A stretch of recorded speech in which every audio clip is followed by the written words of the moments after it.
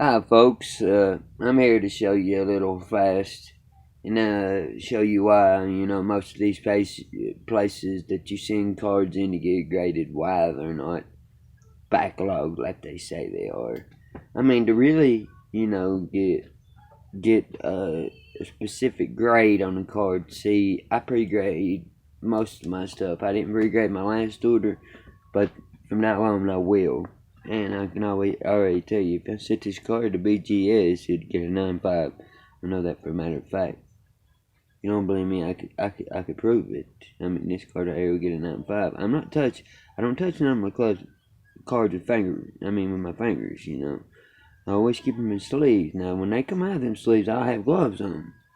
But you got really, it's more of a seven stage process here. I've got, you start with your corners, your surfaces, front and back, which that's two different grades, guys. You gotta sit there and think. You can get judged for your front and your back on your centering. So, and I'm gonna, do some more. I got another video on a PSA that, should have got a lower grade. Centering, guys, that right there is one of the #1 keys. PSA seems not to matter about that, and BGS is the #1 that does matter about it. A lot of great companies will not, piss on you about just a little bit of off-centered, I think it's 65-35, something like that. But you're usually going to end up in that 9.5 if you send it back in. I mean, that's the way it usually ends up on centering. But not if you check your cards before you go. If you check your cards before you go, I mean, look at them real good, like this Mark Martin. I keep it near just in case I decide to slab it one day. And look, I've already got it pre-graded at a 7.5. It's a refractor, guys. A refractor. 7.5 that I might grade just because he's a Hall of Famer. Alright, after centering, you have certification. Your certification, if it don't pass a 3, I won't grade it. But I will talk more about certification later and how you can certify cards. Edges, guys. Edges. I've seen so many great companies miss this one right here. It's been pathetic. I mean, just for 1 second, let me find some edging.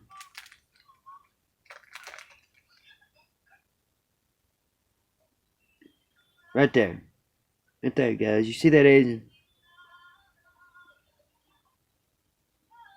Now you're probably sitting there wondering, what are they going to hit me on this card? Well, I just pre-graded that. I probably know I'm going to get 8 or better on it. But still, at the same time, it's best to, put your cards where you think they're going to be at the right moment. Don't juice your cards up because it's not going to give you any good luck. But I always look at them edges. And, if you look at it from the front and back, that's why, you got a 2 on the front and back, I got 2, processes on the front and the back. Because, guys, I could have a perfect top right here, like this, and boom, turn it over. It's off-centered, too. That's why that card got a 7.5. That's the only 2 things wrong with that card. Bam, and bam.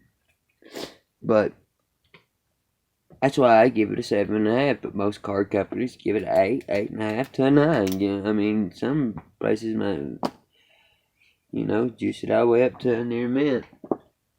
But guys, the reason why I'm starting to make more videos on this is because I got a PSA 8 I'm gonna do a video on, and I'm gonna put it on this YouTube channel too. I'm working off 2 different accounts right now because I've got 2 different phones. My Instagram's on one. But I'm gonna upload it on both of my YouTube channels that I got running, and both of my. I've only got 1 Instagram and 1 Twitter and 1 Facebook. But my Facebook's on this phone, and my Twitter and my other stuff's on that phone. But I'll get it all together, when I get my computer straightened out and stuff. But right here is my process. 1, 2, 3, 4, 5, 6, 7 process. And your final process, guys, is to go over and make sure you made the right decisions on what points you jerked and what not. But edging, if that right there, if that edge would have just barely come over just a little bit, I could have given that card an 8. But that's just too much edging right there. And people's gonna be able to see it and slap me like, why that card get an 8 or a 9? I don't understand it. Thank you guys for viewing. I hope shouldnt's real fast. I mean, how fast, this stuff is. The grading process, it's really not fast at all. See, you can see under lighting, you know, every little, and even when I can't, I've got these bifocals, but this right here is my number 1 tool. I can see everything that's happening in this card, you know what I mean? Edging, guys. Edging. I pre-graded this as a 9.5. It's already down to 9 after I found one more thing. Yeah, a 9. This whole bottom right here. This whole bottom down there is just a little. You see? Turn it, you know. That will get you an 8 in my book, guys. I hope I helped a lot of people significantly. I'm going to be making a lot more videos on this, and I'm going to be doing my own grades from now on.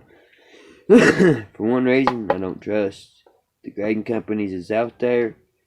GMA is the most affordable, so, I've got 130 some cards off with them, but after that, I might be doing this certification process on my own, and I hope things start working out a little better. It's better, you know, to know what you got, because these grading companies, why would you send a card? Oh, gosh, you know, I'm going to send this in, see if I can squeeze it through, you know, and then push it off on the next person. That ain't the way it goes, guys. But I thank y'all for viewing Hobby Block 101, A&K Collectibles. We thank you for all the views we get. Come and join us on Instagram and Mercari, Cash for Cards. We're on there. See you guys later.